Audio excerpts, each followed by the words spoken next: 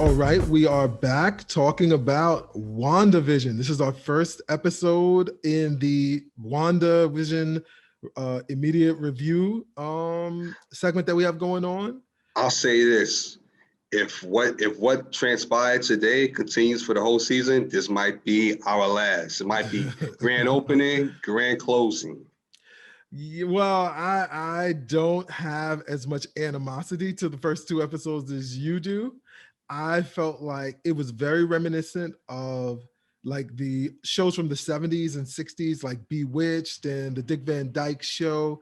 So, I mean, the only thing that's weird, like, I mean, I Whenever I hear like Bewitched, I always think about that Andrew Dice Clay joke.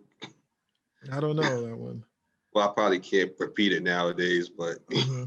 just the stuff that Andrew Dice Clay would say about Yeah, having it's a clearly witch. not. It's not clean. um, but just a short recap.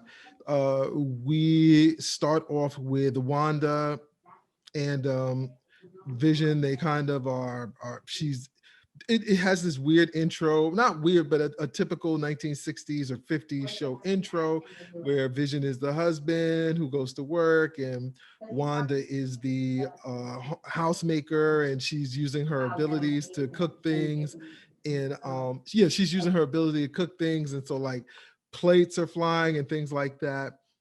And in the first episode, it's very similar to I Love Lucy, where there's like a misunderstanding where Vision goes to work and his boss. The whole episode starts where they see a heart on the calendar and they think that it's an anniversary, but neither can remember what it is. Vision goes to work and sees talks to his boss, and his boss's last name is Hart. So he remembers that what the heart was on the calendar for was they were supposed to make a dinner for his boss whose last name is Hart. What happens on Wanda's end is Wanda talks to her friend who's played by Catherine Hahn. And Wanda's still under the impression that it's like a anniversary of some kind, but she doesn't remember when. And Catherine Hahn is giving her ideas for a romantic anniversary date. And so, just like a typical I Love Lucy or sitcom of that time, there's a misunderstanding. Vision calls home to confirm if she's ready for what's going on. And Wanda says yes, but he never clarifies what is going on. And so when Vision gets home with his boss, Wanda is already like in her nightgown, ready to seduce Vision, but instead she seduces. Instead she comes into contact with his boss, and It's not a seduction. She just puts her hand over his eyes. yeah, I guess. I But mean, in the 50s, that's what it would be considered. so in the 50s, that's what we considered foreplay. Yes. So then, while Wanda is then brought up to speed as to what's actually going on. She's scrambling to cook in the kitchen while they're hiding Wanda's abilities. And the first episode ends where the Vision's boss is eating and he starts to choke. And it's a really creepy scene because the boss's wife, her name is Deborah Jo Rupp from that 70s show, starts saying, save him. But as she's kind of laughing, and it's weird. It's almost like she's stuck in this loop saying, save him over and over. Well, she's stuck in a loop of what would have transpired in the 50s. Women weren't expected to know or do anything. Yes. She'd have just been expected just to stand there and share horror before she could have anyone, before anyone would need to do anything. She just stand there screaming. True. And so what ends up happening is Wanda turns to Vision and says, save him. Vision puts his hand in his boss through his neck and takes out the obstruction, and the boss can breathe. That could be seen as seductive, though. I guess. I don't know about that. He fisted his boss. I would never really describe it as fisted.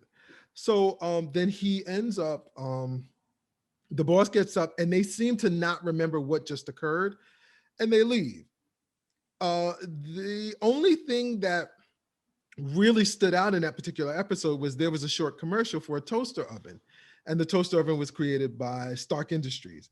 And when the toaster oven was ready to, I guess was finished, you saw the light, but it was red, and everything else is in black and white. So you see like like kind of a break in whatever alternate reality this is. That was the first episode, and how I felt about it was, I just, I think I feel the way everyone in America feels, where we're kind of confused. We just, you appreciate the nostalgia of the 50s episode, but you don't understand what's happening. How is this tied to the Marvel Cinematic Universe? Then we go into the second episode. Well, also, I think you're skipping over a part, a segment. In the end, you hear them calling towards her. You hear someone is saying Wanda, Wanda. Yes. So it feels as if she's either stuck in some sort of suspended animation, or she's being examined, or she's in a coma of some kind. Yeah. But what I think what we're gonna come to the realization that she's unconscious, mm-hmm. and people are trying to communicate with her. Now, is she unconscious because someone knocked her out, or right. Purposely? That's what I think is the mystery of WandaVision.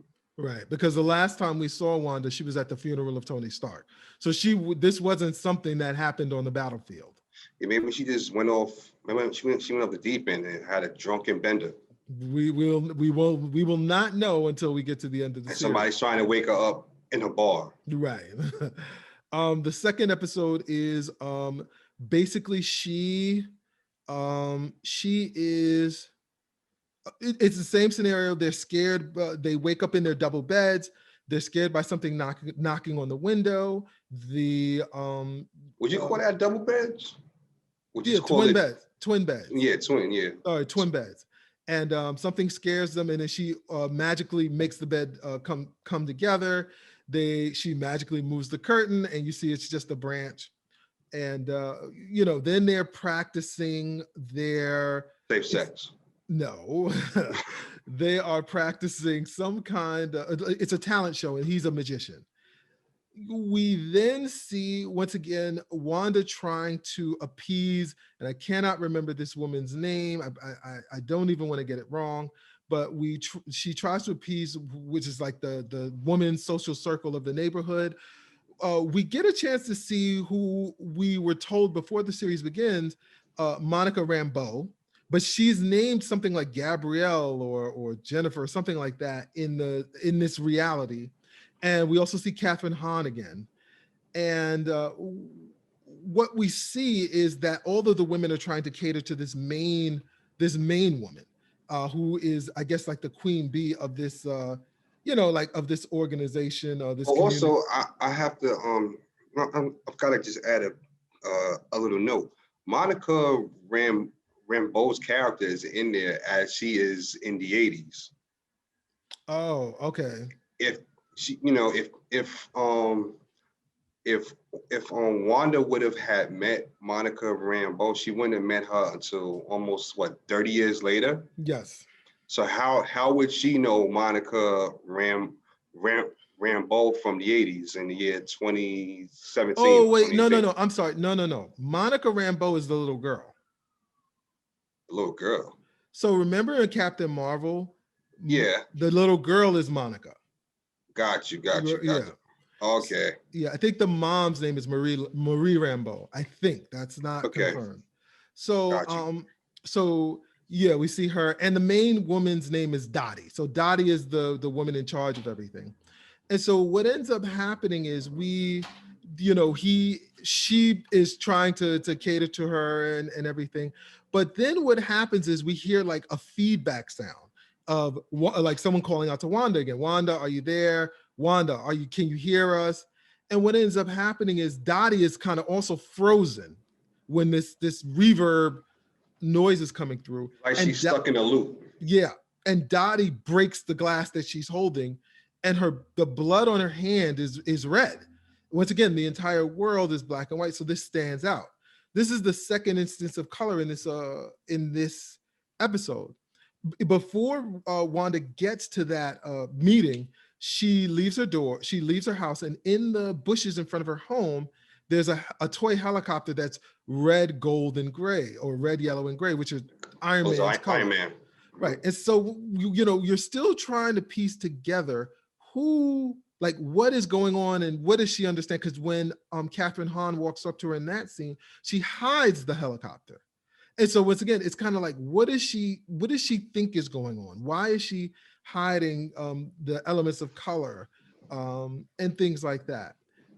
Vision also goes out with his friends, and when Vision goes out with his friends, he's trying to, well, his coworkers. I'm sorry, Vision goes out with his coworkers, and he's trying to assimilate and laugh and joke with them. Trying to be just one of the guys on the Yeah. Friday night out drinks, but then he makes the mistake of swallowing gum. Right, which they do a little 1950s cartoon to show you that it messes with his, it makes him malfunction.